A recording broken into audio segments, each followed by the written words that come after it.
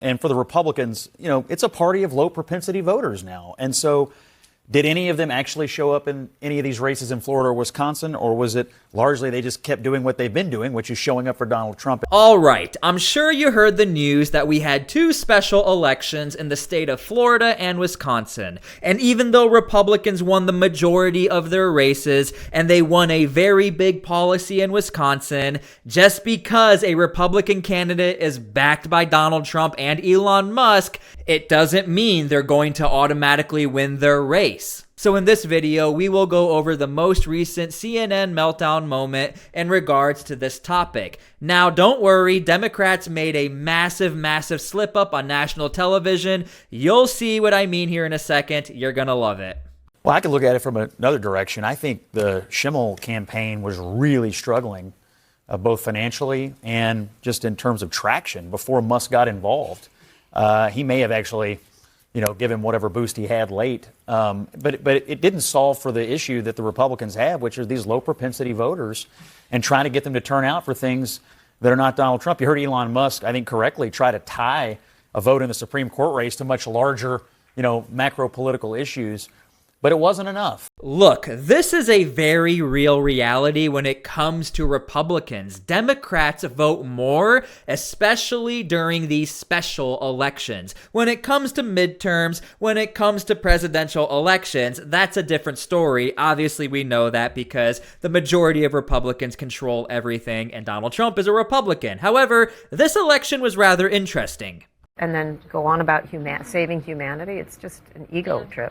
Well, what's interesting about it is you heard anytime anybody brings this up, a Republican will say, well, what about J.B. Pritzker, and what about George Soros, and what about this, what about that? And I guess the answer is you don't see George, first of all, George Soros you don't see them out there talking. Yeah. No. Right? I mean, they might be giving money to organizations, this and that, and people can criticize that if they want.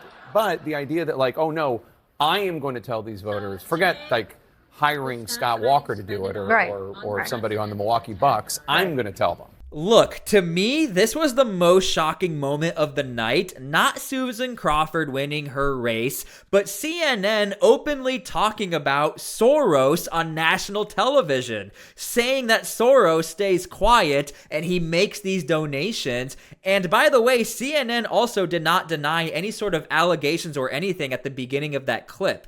Again, I found that rather shocking.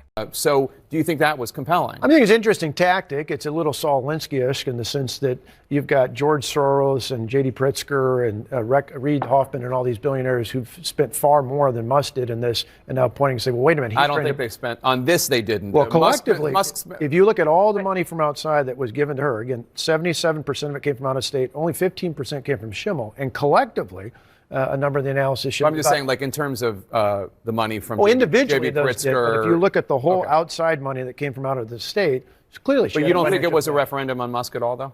Oh, I think it had a part of it. I think there are a lot of different issues. Now, I am not trying to turn this into a coping mechanism, but the reason why this is all relevant is because Susan Crawford and other Democrats made comments about Elon Musk, that Susan Crawford is running against Elon Musk and Donald Trump. Meanwhile, now we have data, and even CNN is not denying it, that Soros may have donated a lot of money into this election, or at the very least, you had a lot of external money coming into Wisconsin to help with this election, not only from Elon Musk.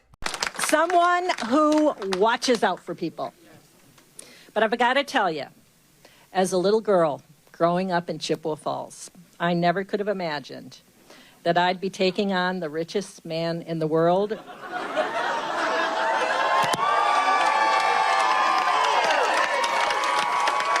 And we won.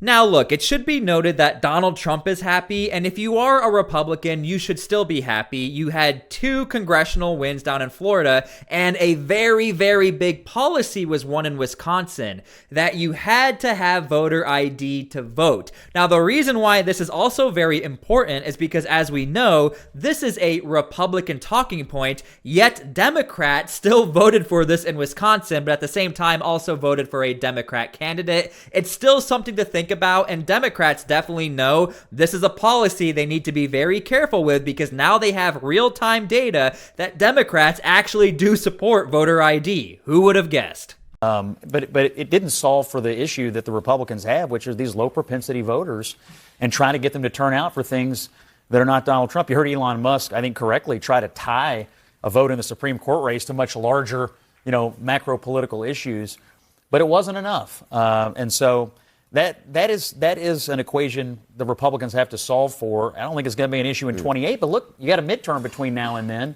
It will be an issue in these midterms, and that's something the party strategists are going to have to deal with. Yeah. We're definitely waiting. You know what else matters? What else matters? Turnout patterns. Democrats today are the party of the hyper-educated and the elites and the wealthy. They turn out more in small turnout elections. It's just a fact that Republicans are a working class party now. We need massive turnout to win. It flips political conventional wisdom on its head. But that's why turnout was high tonight. We're gonna. In Wisconsin. But I know what you're saying. Wisconsin right? turnout is typically better than most places, right? But it still was a spring election. It's still not presidential level turnout. Now, look, I'm going to be honest with you. I cannot find a single prominent media member who's a Republican who's not calling this out and saying, Republicans, this is a wake-up call. In fact, here's what Charlie Kirk has to say, and I think he's one of the most connected and tied to the Trump administration as far as media members. He said, let Wisconsin be a wake-up call. Let it be a call to return to the front lines. We won in November, but to save Republican, we must string together. To save the Republican, we must string together multiple victories that starts in 2026. So even Charlie Kirk is saying, guys, you got to show up, you got to go to the front lines, and you have to vote. Nothing else. That's one thing to be studied. I do think the Republican takeaways tonight are going to be this. In Florida, Democrats burned about $20 million on 2 congressional campaigns where both Republicans look like they're going to get around 57% of the vote. Yes, not as high as what Donald Trump got, but certainly commanding victories. Democrats were down in the low 40s, Republicans again at 57%. Wisconsin, the voter ID initiative that Donald Trump was heavily involved in and heavily supported, that's a big issue for Republicans and conservatives. Last I saw, it was passing at about a rate of 60-40, so they're going to like that.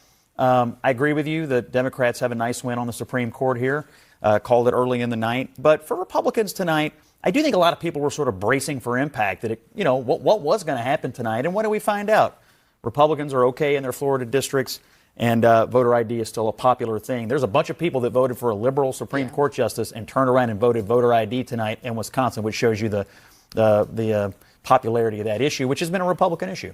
Now, despite Democrats literally having the lowest approval rating in history currently, I will show you that later, this is how a Democrat leader, Hakeem Jeffries, is talking about this election in Wisconsin and how MSNBC covered this. Again, I think you're going to find this rather interesting and almost a little hypocritical. And rejecting the extremism, the outrageous behavior of this administration and their effort to harm everyday Americans. As you look at the Wisconsin result, this was something I did not expect to be discussing with you during this hour tonight. We expected this to be a closer race. We expected the call to come much later in the evening. We saw Elon Musk personally go out there. We saw him hand million-dollar checks to voters trying to literally buy the election right there in Wisconsin. What does it tell Republican members of the House of Representatives who are counting on Elon Musk to get them reelected? It's time for them to walk away from this unelected, unpopular, unhinged, and un-American billionaire puppet master. Elon Musk was just rejected decisively by the voters of Wisconsin. He tried to spend his unlimited resources to buy a state Supreme Court seat in Wisconsin, and it failed spectacularly. The voters rejected Donald Trump, they rejected Elon Musk, and they rejected the rapidly deteriorating Republican brand.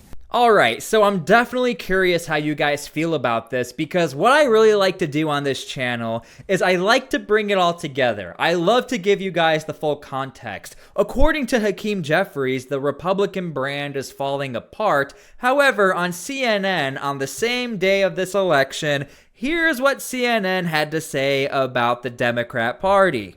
Holy Toledo. Voters' views of the Democrats in Congress among all voters disapprove 68%, And look at the approved number, just 21%, even lower than the Democratic Party at large. This is the lowest on record for Democrats, according to Quinnipiac University polling. You think these numbers are bad? Let's go to this side of the screen. We'll look how Democratic voters feel. Get this. The plurality of Democratic voters disapprove of Democrats in Congress at 49%, and just 40% approve.